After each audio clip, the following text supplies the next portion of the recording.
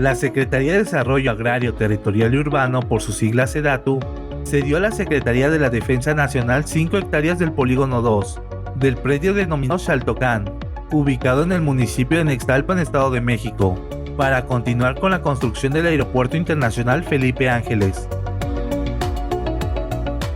Los polígonos 1, 2 y 3 del citado predio fueron declarados terrenos nacionales el 16 de abril de 2019 y publicados en el Diario Oficial de la Federación el 26 de abril del mismo año. Según el acuerdo, está a disposición del Instituto de Administración y Avalúos de Bienes Nacionales, por sus siglas INDABIN. El polígono 1 y parte del 3 se declararon inmuebles patrimonio de la Federación y se pusieron a disposición de la Sedena, encabezada por el general Luis Crescencio Sandoval.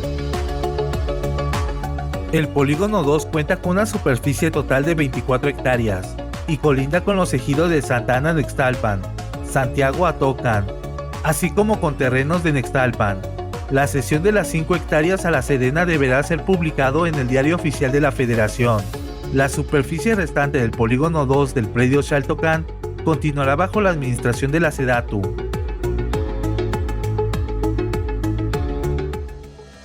La Secretaría de Comunicaciones y Transportes informó que las trayectorias de llegada y salida y de aeronavegabilidad del Aeropuerto Internacional Felipe Ángeles son totalmente viables para la operación simultánea con el Aeropuerto Internacional de la Ciudad de México y el de Toluca. La Secretaría detalló que de acuerdo con estudios que se presentaron a la industria aeronáutica, con la incorporación de la IFA se mantienen las separaciones verticales y laterales en el espacio aéreo del Valle de México, conforme a las normas de la Organización de Aviación Civil Internacional.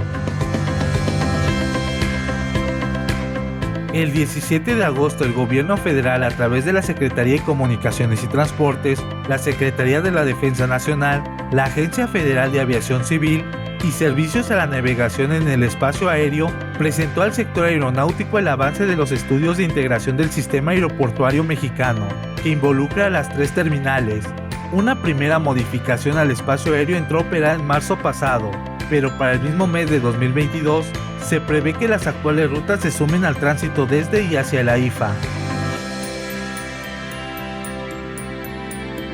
Se recalcó que durante el encuentro se resaltaron las diversas configuraciones y complejidades del espacio aéreo que se han llevado a cabo para el exigente análisis de escenarios, así como la futura modernización tecnológica programada para el mejoramiento de la navegación aérea y la introducción de procedimientos de llegada y salida con navegación satelital,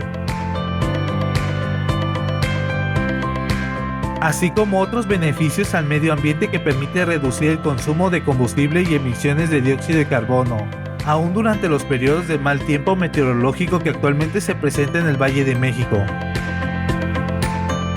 En la misma reunión de trabajo también se detalló la operatividad de la navegación aérea, la estructura de rutas de ascenso y descenso continuos, entre otros elementos para la planificación y diseño del espacio aéreo del Valle de México.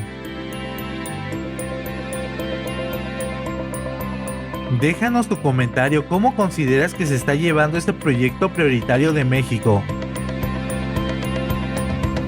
Si quieres más información, te invitamos a visitar nuestra página de internet, te lo dejaremos en la descripción del video. Si quieres más información, te invitamos a visitar nuestra página de internet, te lo dejaremos en la descripción del video.